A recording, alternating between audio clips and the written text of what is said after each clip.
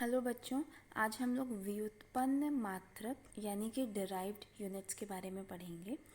Derived units का मतलब है कि जो पहले से हमारे पास एसआई यूनिट्स दी गई हैं। हम लोग सीख चुके हैं कि 7 भौतिक राशियां होती हैं और उनकी जो है 7 बेसिक मूल एसआई यूनिट्स होती हैं, जिसको हम लोगों ने टेबल 1.1 में पढ़ा था। एक बार उसको देख लेते हैं। इस टेबल में हमने देखा था कि हमारे पास मूल भौतिक राशियां हैं। ठीक है, ये 7 भौतिक राशियां हैं। जैसे कि हम लोगों को गणित में अगर कोई भी संख्या बनानी है तो हमारे पास कुछ मूल अंक होते हैं, जैसे 0, 1, 2, 3, 4, 5, 6, 7, 8, 9। अब आपको कितनी भी बड़ी संख्या बनानी हो या छोटी संख्या बनानी हो, आप इन्हीं अंकों की मदद से बनाएंगे, इन्हीं का इस्तेमाल करेंगे। ठीक है, तो वैसे ही हमारे वहाँ पर ये 7 जो भौतिक राशियाँ हैं, ये मूल राशि है। ठीक है, ये आपस में एक दूसरे के ऊपर निर्भर नहीं करती हैं और इसके बाद हम जो भी आगे राशि सीखेंगे वो सारी राशियाँ इन पर निर्भर करेंगी। ठीक है, जैसे 0, 1, 2, 3 एक दूसरे के ऊपर निर्भर नहीं करते हैं। 2 लिखते वक्त हमें 1 का कोई काम नहीं है। ठीक है, वो सब इंडिपेंडेंट है। 5 लिखते वक्त हमें 6 का कोई काम नहीं है। लेकिन अगर हम 56 लिख रहे हैं तो हमें 5 का भी काम पड़ेगा, 6 का भी काम पड़ेगा। तो 56 लिखने के लिए हमें 2 अंकों की ज़रूरत पड़ी। लेकिन जब सिर्फ 5 लिख रहे हैं तो वो क्या है, अपने आप में मूल राशि है, उसको और किसी की ज़रूरत नहीं। तो वैसे ही यहाँ पर ये जो 7 राशियाँ हैं ये बिल्कुल बेसिक है, मूल है, एक दूसरे से ये निर्भर नहीं करती हैं एक दूसरे के ऊपर। इनको किस में नापते हैं, ये एसआई यूनिट्स हम लोगों ने सीखी थी। लंबाई को हम लोग मीटर में नापते हैं। द्रव्यमान जिसको मास बोलते हैं वो हम किलोग्राम में नापते हैं। ये हमने सीखा है। आज हम कुछ ऐसी राशियों के बारे में पढ़ेंगे जो इन 7 के ऊपर निर्भर करती हैं और जब हमें उनका मात्रक निकालना पड़ता है तो हम इन 7 मात्रकों का इस्तेमाल करके निकालते हैं। ठीक है, सबसे पहले उदाहरण से इसको समझने की कोशिश करते हैं। क्षेत्रफल ये एक राशि है जो मूल भौतिक राशि, जो लंबाई हमने सीखा है टेबल 1.1 में, उस पर निर्भर करती है। ठीक है, तो क्षेत्रफल का हमें क्या निकालना है, व्युत्पन्न एसआई मात्रक। जब भी आपके सामने ये शब्द आए व्युत्पन्न, इससे आप ये मतलब समझिएगा कि कुछ नया हम नहीं कर रहे हैं। पहले कुछ चीज़ें हमें दी गई हैं, उसमें से हमें कुछ बनाना है। ठीक है, डिराइव करना है। जैसे आप संख्या लिखते हैं 5312, तो आप 5, 3, 1, 2 लिखेंगे। ठीक है, लेकिन इसमें आप कुछ नया नहीं ढूंढ रहे हैं। ठीक है, आपको पहले से ही पता था कि 5 कैसे बनता है, 3 कैसे बनता है, उनको आपने एक तरीके में लिख दिया और बोल दिया कि हमने ये संख्या लिखी है। वैसे ही अब हम जो नई यूनिट्स बना रहे हैं, मात्रक बना रहे हैं, उसमें कुछ नया नहीं है। पहले जो चीज़ें बोल दी गई हैं उन्हीं को हम एक निर्धारित नए तरीके से लिख देते हैं और बोलते हैं कि ये व्युत्पन्न एसआई मात्रक है, व्युत्पन्न डिराइव्ड एसआई यूनिट है। क्षेत्रफल ये क्या नापता है, ये राशि क्यों इस्तेमाल की जाती है। अगर ऐसा समझिए, आपके पास एक पार्क है जिसमें आपको उसके किनारे किनारे सिर्फ तार लगाने हैं, तो आपको उसकी लंबाई और चौड़ाई नाप लेंगे आप, तो आपका काम हो जाएगा। लेकिन अगर बोला जाए कि नहीं, आपको उसके अंदर पत्थर लगाने हैं, पूरे पार्क को पत्थर से ढक देना है, तो आपको पता होना चाहिए ना कि वो कितनी जगह है पूरे पार्क में बीच में जहाँ पर पत्थर लगेंगे। उस पूरी जगह को हम लोग इंग्लिश में एरिया बोलते हैं, हिंदी में कहते हैं क्षेत्रफल।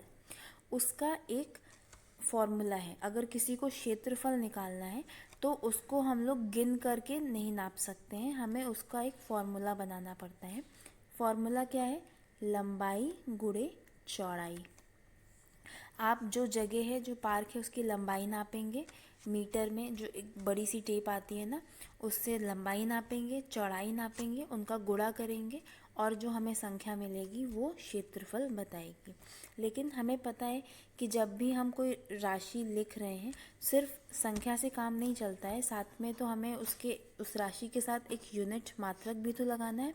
मात्रक के लिए हम क्या करेंगे, ये जो लंबाई और चौड़ाई है, इनके जो मूल मात्रक हैं, बेस एसआई यूनिट है, उसको हम गुणा करेंगे। तो उसको लंबाई को आप किस में नापते हैं, मीटर में नापते हैं। फिर चौड़ाई को किस में नापेंगे, उसको भी मीटर में नापेंगे। तो मीटर का गुणा हमने मीटर में कर दिया, क्या मिला हमें, मीटर स्क्वायर। इसको शॉर्ट फॉर्म में आप एम स्क्वायर भी लिख सकते हैं। तो हमने यहाँ पर एक व्युत्पन्न एसआई मात्रक निकाला, मीटर स्क्वायर। व्युत्पन्न इसलिए बोल रहे हैं क्योंकि मीटर हमने नहीं बनाया है, मीटर तो पहले से हमें पता था, हमने बस उसका गुणा किया। ठीक, तो ऐसी चीज़ों को हम लोग व्युत्पन्न एसआई मात्रक कहते हैं। अगर आप इस एग्जाम्पल में देखें तो यहाँ पर आपको एक चीज़ दिख रही होगी, इस जगह पर लिखा है लंबाई गुणे लंबाई। इसका क्या मतलब है, लंबाई को जब आप नापेंगे तो वो तो लंबाई है ही, लेकिन जब आप चौड़ाई को नाप रहे हैं तो चौड़ाई भी एक तरीके की तो लंबाई ही होती है ना। जिस टेप से, जो आपने देखा होगा जब घर बनते हैं तो लोगों के पास एक ख़ास तरीके का टेप होता है जिससे वो लोग नापते हैं। तो जिस टेप से और जिस तरीके से आप लंबाई नाप रहे हैं, उसी टेप से और उसी तरीके से तो आप चौड़ाई भी नापेंगे ना। तो चौड़ाई भी एक तरीके की लंबाई हो गई। और फिर लंबाई की हमने यहाँ पर एसआई यूनिट लिखी मीटर, फिर लंबाई की एसआई यूनिट लिखी मीटर, और दोनों को गुणा करके मीटर स्क्वायर हमारा आंसर आ गया। ठीक है, एक और एग्जाम्पल देख लेते हैं। दूसरा उदाहरण है, आयतन का व्युत्पन्न एसआई मात्रक ज्ञात कीजिए। आयतन क्या चीज़ होती है ये समझते हैं। कोई भी सामान है वो कितनी जगह लेता है उसको हम लोग आयतन कहते हैं। वो सिर्फ, अगर आप एक बक्सा अपने कमरे में रख रहे हैं तो वो सिर्फ ज़मीन पर लंबाई और चौड़ाई नहीं घेर रहा है, वो उसकी कुछ तो ऊंचाई होगी ना, तो वो जगह भी वो कमरे की ले रहा है।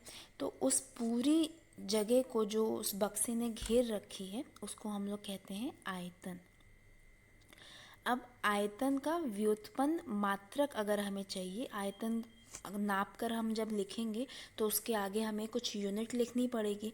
वो यूनिट अगर हमें चाहिए तो सबसे पहले हमें ये समझना होगा कि आयतन किन चीज़ों पर निर्भर करता है, कौन सी ऐसी मूल भौतिक राशियाँ हैं जो हमने टेबल 1.1 में पढ़ी जिस पे आयतन निर्भर करता है। तो आयतन लंबाई, चौड़ाई और ऊंचाई, इन तीनों पर निर्भर करता है। जब हम इन तीनों को आपस में गुणा करेंगे तो हमें समझ में आएगा कि कोई चीज़ कितनी जगह ले रही है। अब अगर हमने उसकी जो संख्या है वो तो निकाल ली, पर मात्रा अगर निकालनी है, मात्रक निकालना है, तो क्या करेंगे हम लोग, हम इस जगह पर एसआई यूनिट्स को रखेंगे। एसआई यूनिट रखने से पहले यहाँ पर फिर से वो चीज़ समझ लेते हैं। लंबाई, जिस टेप से आप लंबाई नाप रहे हैं उसी टेप से आप चौड़ाई नापेंगे, तो चौड़ाई भी एक तरीके की लंबाई हो गई। फिर उसी टेप से आप ऊंचाई नापेंगे तो ऊंचाई भी एक तरीके की लंबाई हो गई। तो जब मात्रक निकालने की बारी आती है तो हम इस तरीके से गुणा करके लिख सकते हैं कि लंबाई को ही हम 3 बार गुणा कर रहे हैं। सबसे पहले लंबाई को हमने गुणा किया, मीटर लिखेंगे, दूसरी बार भी मीटर, तीसरी बार भी मीटर। मीटर को 3 बार गुणा जब करेंगे तो हम उसको इस तरीके से लिख सकते हैं, मीटर क्यूब, या फिर छोटे में एम क्यूब। तो अगर हमें पता करना है कि कोई चीज़ कितनी जगह घेर रही है, उसका आयतन क्या है, इंग्लिश में इसको कहते हैं वॉल्यूम, उसका वॉल्यूम क्या है, तो हम लोग क्या करेंगे, उसकी लंबाई, चौड़ाई और ऊंचाई को गुणा करेंगे, वो संख्या लिखेंगे जो नंबर आपको मिलेगा, साथ में एम क्यूब ये यूनिट लिखेंगे। तो हमने यहाँ पर 2 अलग अलग राशियाँ देख ली, दो अलग अलग मात्राएं देख ली। इसके अलावा एक और एग्जाम्पल आप लोगों ने अपनी कॉपी में लिखा है जहाँ पर आपको बल यानी कि फोर्स का एसआई यूनिट निकालने को बोला गया है, लेकिन वो अभी हम लोग नहीं पढ़ेंगे क्योंकि उसमें कुछ ऐसी चीज़ों का इस्तेमाल हुआ है, ऐसे टर्म्स का जो आपने अभी तक नहीं सीखे हैं। तो उसको अभी आप लिखे रहने दीजिए। जब हम साइंस के सारे बाकी के आगे के चैप्टर्स ख़त्म कर लेंगे तब हम उन एग्जाम्पल्स को समझाएंगे। अभी के लिए हम लोग यही बातें समझते हैं कि कैसे कोई जो नई मात्रा है वो हमारी जो सबसे पहली 7 भौतिक मात्राएं होती हैं उन्हीं में से सब पे निर्भर करती हैं, और हमें अगर नया व्युत्पन्न एसआई मात्रक निकालना है तो हम उन्हीं जो हमारी 7 बेसिक एसआई यूनिट्स हैं उन्हीं का इस्तेमाल करते हैं, उन्हीं को गुणा करेंगे और उन्हीं को भाग करेंगे और नई नई एसआई यूनिट्स बनाते चले जाएंगे अब आगे। तो अब हम अपनी एक और जो टेबल है आपकी कॉपी में 1.2 उसको देखेंगे। ये है टेबल 1.2। इसमें एक तरफ पहले कॉलम में हमें अलग अलग क्वांटिटी दी गई है, ये डिराइव्ड क्वांटिटी है यानी व्युत्पन्न मात्रा है। जो सबसे पहली टेबल में आपने 7 भौतिक राशियां पढ़ी हैं ये सब उसी में से बनाई जाती हैं, ठीक है। अब पहला दो तो आज हमने समझ लिया, पहला क्षेत्रफल और आयतन। इसके अलावा जो दिया है चाल, वेग, त्वरण, तरंग संख्या, ये सब आगे की क्लासेस में आपको पता चलेगा, तो इसके बारे में परेशान मत होइएगा कि ये सब क्या है, समझ में नहीं आ रहा है। जैसे ऊपर वाले दो आपको समझाए गए हैं, नीचे वाले भी सारे समझाए जाएंगे, लेकिन अभी के लिए नहीं। अभी आप बस इसको याद कर लीजिए कि ये जो क्वांटिटी है इसको हम लोग कैसे इसको डिराइव करेंगे, और इसका ये जो यूनिट है डिराइव्ड यूनिट वो आप याद करने की कोशिश करिए। यहाँ पर एक बात और समझ लीजिएगा, ये m स्क्वायर मीटर स्क्वायर, ये तो समझ में आता है कि मीटर को 2 बार हमने गुणा किया और m स्क्वायर बन गया, इसको हम लोग वर्ग मीटर भी बोलते हैं। उसके बाद m क्यूब, ये भी समझ में आता है कि मीटर को 3 बार गुणा किया और m क्यूब बन गया, इसको घन मीटर भी बोलते हैं हिंदी में।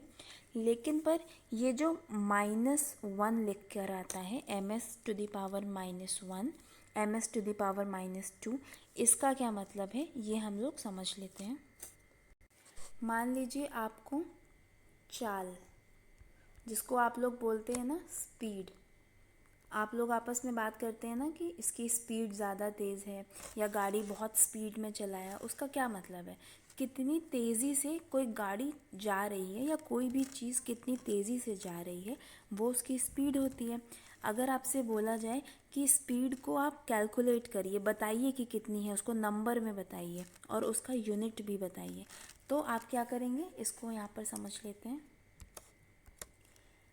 ये डिपेंड करता है कि कितनी दूरी आपने तय की है।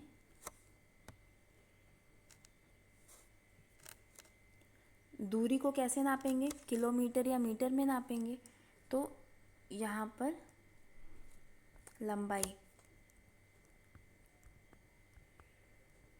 कितनी लंबाई आपने तय की, सड़क पर कहाँ से कहाँ तक आप पहुँचे उसको हम लोग मीटर में नापेंगे, और कितना समय लगा,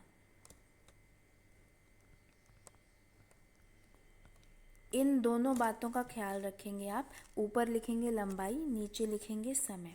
इसका मतलब क्या होता है, इसका मतलब होता है हमें लंबाई को समय से भाग देना है। अगर कोई चीज़ इस रूप में लिखी गई हो 5 और फिर ऐसे निशान करके 2, इसका क्या मतलब होता है, इसका मतलब होता है कि हमें 5 को 2 से भाग देना है, ठीक है। इसी तरीके से यहाँ पर हमें क्या लिखा गया था कि जो स्पीड है जिसको आप लोग बोलते हैं चाल, वो है लंबाई और नीचे है समय। अब लंबाई, इसका ये तो हमें फॉर्मूला पता चल गया, इससे हमें संख्या मिल जाएगी। लेकिन अगर हमें इसमें व्युत्पन्न एसआई मात्रक निकालना है तो हम देखेंगे कि लंबाई को हम लोग किस चीज़ में नापते हैं, मीटर में नापते हैं, मीटर के लिए m लिख सकते हैं। उसके बाद समय, को हम लोग किस चीज़ में नापते हैं, सेकेंड में नापते हैं, तो हमने यहाँ लिख दिया s। अभी हमने देखा था कि मीटर ऊपर और सेकंड नीचे, इसका क्या मतलब है कि मीटर को सेकंड से भाग दिया जा रहा है। यहाँ पर हम ये समझने की कोशिश कर रहे हैं कि एक सेकंड में कोई इंसान कितने मीटर चल रहा है। अगर दो बच्चे हैं, पहला बच्चा एक सेकंड में 2 मीटर चलता है और दूसरा बच्चा एक सेकंड में 5 मीटर चलता है, तो कौन तेज़ चल रहा है? जो एक सेकंड में 5 मीटर चलता है ना। तो इसी तरीके से हम लोग स्पीड को नापते हैं। ये जो यहाँ पर लिखा है m और डिवाइडेड बाई s, इसी को लिखने का एक तरीका है। इस तरीके से लिख रहे हैं तो देखिए ज़्यादा जगह लग रही है ना। इसी को लिखने का तरीका है कि m और इसी के बगल में हम लिख देंगे s और यहाँ पर -1 का निशान लगा देंगे। -1 लगा है, इसका मतलब आप समझ जाइए कि ये इस रूप में लिखना है, s को नीचे लिखना है, ठीक है। s डिनोमिनेटर में आएगा। -1 का यही मतलब होता है। तो अब जहाँ पर भी -1 -2 देखें, वहाँ ये समझें कि नीचे ये चीज़ नीचे आने वाली है, इसीलिए इसको ऊपर करते हैं तो माइनस का साइन लगा लेते हैं। एक दो एग्जांपल्स इसमें और देख लेते हैं। अगर लिखा हो m(s)⁻², इसका क्या मतलब हम लोग समझेंगे कि ऊपर वाली जो मात्रा है वो हम मीटर में नाप रहे हैं और नीचे हम सेकंड यानी समय नाप रहे हैं और सेकंड को हमने 2 बार गुणा किया है। या इसको आप ऐसे कर सकते हैं, सेकंड स्क्वायर है नीचे, ठीक है। यानी स्क्वायर पावर होती है, इसका मतलब कि सेकंड को 2 बार गुणा किया गया है, ठीक है। तो जब भी कोई चीज़ -2 के निशान के साथ है, उसको तुरंत इस तरीके से लाइन खींच करके नीचे उतार देंगे और जैसे ही नीचे उतारेंगे ये माइनस का साइन बदल जाएगा, ठीक है। माइनस हट जाएगा और ये सिर्फ 2 लिखा रहेगा। इसी तरीके से आप अपनी टेबल में देख सकते हैं कि कहीं कहीं पर -3 लिखा हुआ है, वो जब आप खोल करके नीचे डिनोमिनेटर में उसको लाएंगे तो -3 का वो 3 बन जाएगा, ठीक है। तो ये पूरी टेबल आप लोगों को याद करनी है, अच्छे से याद करिएगा। आपको अगर समझ में नहीं आ रहा है कि चाल और वेग, त्वरण, तरंग संख्या, घनत्व, कार्य, ये सारी चीज़ें कैसी नापी जाती हैं और ये सारी चीज़ें क्या नापती हैं, तो परेशान मत होइए, आगे आपको सब पता चलेगा। अब आप अपनी जो नोट्स हैं उसमें सारिणी 1.3 पर आएंगे या किताब में भी देख सकते हैं। तो यहाँ पर हमें फिर से मात्राएं दी हुई हैं, जैसे कि आवृत्ति, बल, दाब या प्रतिबल, ऊर्जा या कार्य और शक्ति।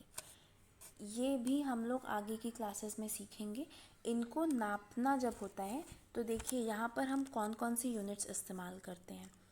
s⁻⁻1, फिर mkg(s⁻²), ये सारी थोड़ी कठिन है, ठीक है। अगर अभी आप कर रहे हैं मेजरमेंट का चैप्टर तो आप बार बार इन सारी चीज़ों का इस्तेमाल करें तो ठीक है, लेकिन आगे चल के जब हम और ज़्यादा कठिन चीज़ों को पढ़ते हैं तो बार बार ऐसे टर्म्स का इस्तेमाल करना, ऐसी यूनिट्स का इस्तेमाल करना दिक्कत लगती है, ठीक है। तो इसके लिए क्या किया गया है, हम लोगों ने इनका आसान नाम दे दिया है। जैसे घर में जब जिसका नाम बहुत कठिन होता है उसको एक छोटा नाम दे देते हैं ना, वैसे ही यहाँ पर ये यूनिट्स जो बहुत कठिन बन गई हैं इनको हमने एक छोटा नाम दे दिया है याद करने के लिए। तो ये s⁻⁻1 जो है इसको हम लोग हर्ट्ज़ बोलते हैं, ठीक है। इसका छोटा निशान है Hz। फिर ये जो लिखा है mkg(s⁻²), इसको हम लोग कहते हैं न्यूटन और ये बल नापने के काम आता है। ऐसे ही ये जो है m⁻⁻1 kg(s⁻²) जो लिखा है इसको हम लोग पास्कल बोलते हैं और ये दाब या प्रतिबल नापता है। इसी तरीके से नीचे के दोनों भी, पहले वाले को जूल बोलते हैं और सबसे आखिरी वाले को वॉट बोलते हैं। तो ये सारी चीज़ें आप टेबल याद कर लीजिएगा। इसमें समझने वाली यही बात है कि जैसे आयतन हमने नापा, जैसे क्षेत्रफल हमने नापा, वैसे ही ये भी कुछ अन्य मात्राएं हैं जो हमारी मूल भौतिक राशियों पर निर्भर करती हैं और ये भी कुछ ऐसी यूनिट्स हैं जो मूल एसआई यूनिट्स पर निर्भर करती हैं, पर क्योंकि देखने में बहुत कठिन हो गई हैं इसीलिए हमने इनको यहाँ पर छोटा नाम दे दिया है। आपको ये छोटा नाम याद होना चाहिए क्योंकि एग्ज़ाम में कभी कभी ये नाम पूछ लिए जाते हैं। आगे बढ़ते हैं। अब हम लोग पढ़ेंगे एसआई पूर्व लग्न या फिर एसआई प्रीफिक्सेस। जैसा कि नाम है पूर्व लग्न, पूर्व मतलब होता है पहले, लग्न मतलब होता है लगना। तो एसआई यूनिट जो आप लोग लिखते हैं उसके पहले अगर हम कुछ लगा दें, कोई छोटा सा शब्द या कुछ अक्षर, तो उनको हम लोग एसआई पूर्व लग्न कहते हैं या फिर एसआई प्रीफिक्सेस कहते हैं। इससे पहले कि हम किताब में जो लिखा है वो पढ़ें, हम लोग कुछ एग्जाम्पल्स देखते हैं। अगर लिखा हुआ है 50, तो इसको आप लोग इस तरीके से लिख सकते हैं 5 × 10। 5 का 10 में गुणा करेंगे तब भी तो 50 ही मिलेगा। तो चाहे ये लिखें या ये लिखें, बात बराबर है। ऐसे ही और एग्जाम्पल्स देखते हैं। अगर लिखा हो 500, तो आप इसको ऐसे लिख सकते हैं 5 × 100। 5 का 100 में मल्टीप्लाई करके देखिए, आपको आंसर 500 ही मिलेगा। तो मतलब चाहे 500 लिखें या 5 × 100 लिखें, बात एक बराबर है। अब इसको थोड़ा सा हम लोग और अलग लिख सकते हैं। यहाँ पर ये जो 100 लिखा है इसको अगर हम थोड़ा बदल कर लिखना चाहें तो हम ऐसे लिख सकते हैं 10 का गुणा 10 में। 10 का गुणा 10 में लिखें तो भी तो 100 ही बनेगा। तो हम लोग ये नीचे वाली चीज़ लिख सकते हैं ऊपर वाली चीज़ की जगह पर। अब ये जो 2 बार 10 को हमने गुणा किया है, इसको लिखने का एक तरीका ये भी है कि 10 को लिखकर इसके ऊपर हम लोग इसकी पावर 2 लिखते हैं।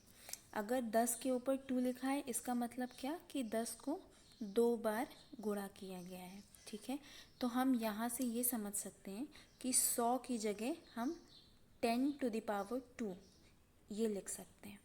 तो लिख देते हैं।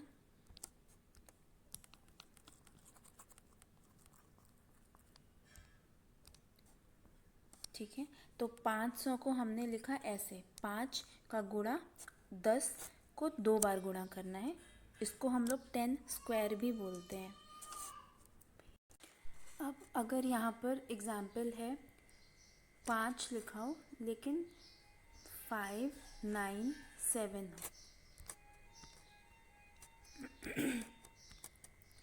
597 हो, इसको हमें छोटे रूप में लिखना हो। जैसे अभी हमने 10⁻² करके लिखा था, 10² लिखा था, वैसे रूप में लिखना हो तो इसको लिखने का तरीका क्या है, इसको हम लोग लिखेंगे पहला वाला अंक 5, इसको ऐसे छोड़ देंगे, फिर हम लोग दशमलव लगाएंगे, पॉइंट लगाएंगे, फिर लिखेंगे 97, फिर मल्टीप्लाई करेंगे 10। अब यहाँ पर दशमलव के बाद कितने अंक हैं, 1 2 अंक हैं, तो हम लोग 10 की पावर कितनी लगा देंगे, 2। तो 597 को लिखने का तरीका ये भी हो गया 5.97, फिर गुणे का निशान 10⁻², यानी कि 5.97 को अगर आप 100 से गुणा करेंगे तो आपको यही जवाब मिलेगा। ये दोनों बराबर हैं। अगर हमारे पास एक नंबर हो 59700, इसको छोटे फॉर्म में लिखना हो, शॉर्ट फॉर्म में, तो क्या करेंगे, सबसे पहले यहाँ पर 5 लिख लेंगे पहला नंबर, पॉइंट लगाएंगे, फिर 97 लिखेंगे। पॉइंट लगाने के बाद जो ज़ीरो होते हैं उसका कुछ मतलब नहीं होता है, इसीलिए इन दोनों ज़ीरो को हम नहीं लिख रहे हैं। फिर हम लोग क्या करेंगे, यहाँ पर मल्टीप्लाई करेंगे, 10 लिखेंगे। अब यहाँ पर 10 की पावर कितनी लिखनी चाहिए हम लोगों को, वो यहाँ से डिसाइड होता है कि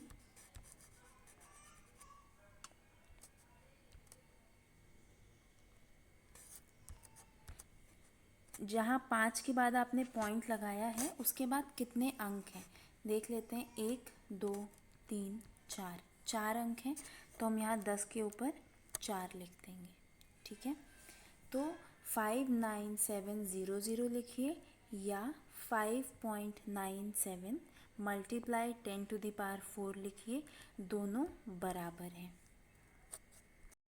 आप लोग की किताब में ये कुछ वैल्यूज़ दी गई हैं। पृथ्वी का द्रव्यमान और इतना सारा है, ठीक है।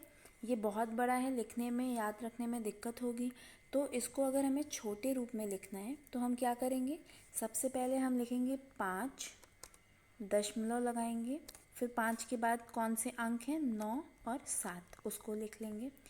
अंकों के बाद जो भी ज़ीरो हैं वो नहीं लिखेंगे, क्योंकि दशमलव के बाद ज़ीरो लगाने का कुछ मतलब नहीं बनता है, ठीक है।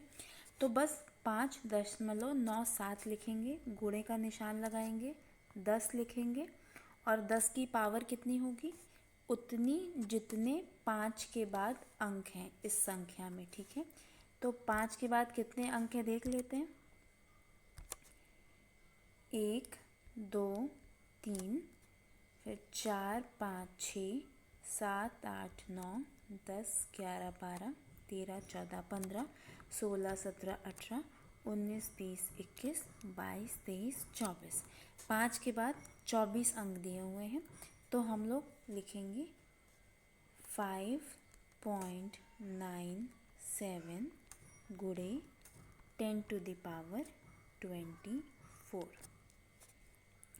ये छोटे रूप में हमने इसको लिख दिया। साथ में हमें यहाँ पर यूनिट लिखना बहुत ज़रूरी है, जो कि है केजी, ठीक है। आप ही की किताब में नीचे ये लिखा हुआ है, ये वैल्यू दी हुई है, आप चाहें तो उसको मैच कर सकते हैं।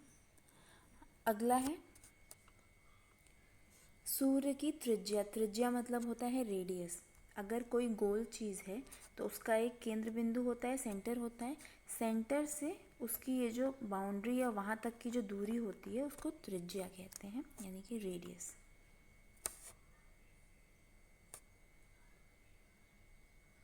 यहाँ पर लिखा हुआ है 696 और उसके बाद 000 मीटर।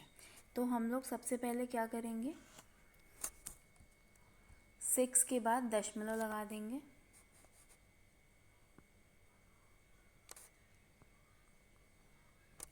और फिर 9 और 6 लिखेंगे। सिर्फ अंक, ज़ीरो के अलावा जो अंक हैं वो लिखेंगे, क्योंकि जब ये बिंदी लग जाती है दशमलव के बाद, ज़ीरो आप लिखते भी रहिए यहाँ पर तो उनकी कोई गिनती नहीं है, तो इसीलिए हम लोग ये फालतू में ज़ीरो नहीं लिखेंगे। अब मल्टीप्लाई का निशान लगाएंगे, 10, इसकी क्या पावर होगी गिन लेते हैं।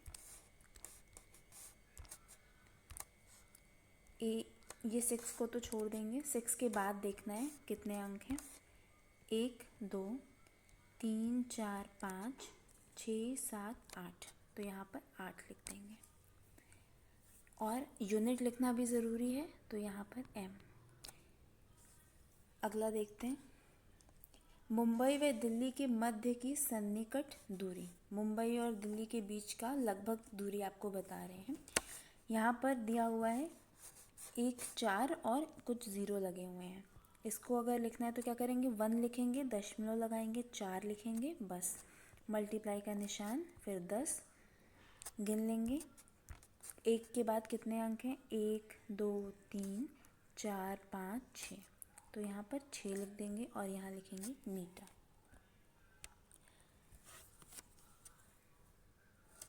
तो ये वाला भी हमने देख लिया।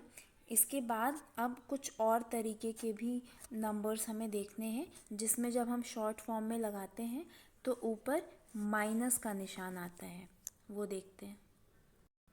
अगर किसी नंबर के पावर माइनस में है तो हमने सीखा था, इसका मतलब कि वहाँ पर डिवीज़न हो रहा है। उसको अगर डेसिमल में देखें तो उसको ऐसे समझेंगे कि अगर ऐसे लिखा हुआ है 0 पॉइंट, उसके बाद 1 2 3 कॉमा 1 2 3 कॉमा 1 2 3 कॉमा 0 5, ये डेसिमल है। तो देखिए अभी तक हमने सीखा था जहाँ 5 आगे लिखा था, फिर पॉइंट लगा था और फिर यहाँ 9 7 8 0 0 ऐसे नंबर्स आ रहे थे। अब क्या हो रहा है कि पॉइंट के पहले भी ज़ीरो है और बाद में भी ज़ीरो है और बहुत बाद में कोई नंबर आ रहा है। इस केस में हम लोग क्या करते हैं, हम लोग इसको शॉर्ट में अगर लिखना हो तो हम लोग लिखेंगे 5, मल्टीप्लाई का निशान लगाएंगे और यहाँ पे गिनेंगे 1 2 3 4 5 6 7 8 9 10 11। 10 की पावर हो जाएगी 11, लेकिन -11। ठीक है, क्यों? क्योंकि पॉइंट के बाद आया ये।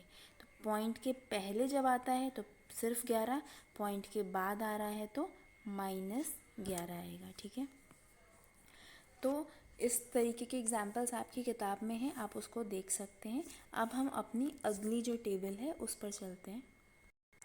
आपकी कॉपी में सारिणी 1.4 दिया होगा, उसमें अभी हमने जो सीखा कि 10 की पावर 24 है, 10 की पावर 21 है, इसमें इसका छोटा नाम दिया हुआ है। जैसे कि इस तरीके से हमें नंबर में ना लिखना पड़े, उसकी जगह हम सिर्फ y लिख देंगे अगर, तो समझ जाएंगे कि 10 की पावर 24 है। अगर हम सिर्फ z लिख देंगे तो हम समझ जाएंगे कि 10 की पावर 21 है। ठीक है, तो यहाँ पर भी हमें नाम सीखने हैं। इसको सबसे पहले इसको बोलते हैं योटा, फिर जेटा, फिर एक्सा, पेटा। इस तरीके से पूरा, जब 10 की पावर 1 होगी तो बोलेंगे उसे डेका। ये हमें याद करना है। ठीक उसी तरीके से जैसे 10 की पावर यहाँ पर पॉजिटिव में है, ठीक है, 24 है। अगर 10 की पावर नेगेटिव में हो, -24 हो तो क्या करेंगे, -21 हो तो क्या लिखेंगे, तो हम लोग उसको इस रूप में लिखेंगे, छोटे रूप में। ठीक है, देखिए यहाँ पर 10 की पावर 24 थी तो हमने बड़ा वाला y लिखा। यहाँ पर 10 की पावर -24 है तो छोटा वाला y लिख रहे हैं। फिर 10 की पावर जब 21 थी तो z लिखा था। 10 की पावर जब -21 है तो छोटा वाला z लिखेंगे। ठीक है, और नाम में भी अंतर हो जाएगा, तो आपको नाम और ये निशानियाँ और ये पावर याद होना ज़रूरी है। तो अपनी कॉपी में इसको आप लिख लीजिएगा, रफ़ कॉपी में याद कर कर के प्रैक्टिस करिएगा। और ये सारी टेबल्स बहुत इम्पॉर्टेंट हैं, आगे बहुत काम आएंगी। तो इसमें अगर आपको कुछ पूछना हो, कोई कन्फ्यूजन हो तो आप पूछ सकते हैं। जो चीज़ें मैंने इसमें नहीं बताई हैं लेकिन आपकी किताब में दी हुई हैं, उसमें से बहुत सारी चीज़ें आगे के चैप्टर्स में आपको क्लियर होंगी। फिर भी अगर आप कुछ पूछना चाहते हैं तो आप पूछ सकते हैं। आज के लिए आप इतना ही काम करिएगा, सारी टेबल्स को याद करिएगा। ठीक है, उसके बाद जब अगली क्लास होगी तो हम इसी चैप्टर के कुछ क्वेश्चन आंसर्स करेंगे जो कि एग्ज़ाम में पूछे गए हैं, जिससे आपको ये अंदाज़ा हो जाए कि वहाँ पर कैसे सवाल आएंगे। आपके एग्ज़ाम में इस चैप्टर से 4 नंबर का क्वेश्चन पूछा जाता है। पूरा पेपर आपका 85 नंबर का होता है, 85 नंबर का। बाकी जो है वो प्रैक्टिकल्स होते हैं। जब आप लिखेंगे जो पेपर, वो 85 का है, उसमें से 4 नंबर का इसमें से पूछेगा। तो इसको टेबल आप अच्छे से याद कर लीजिएगा। आज के लिए इतना ही, थैंक यू।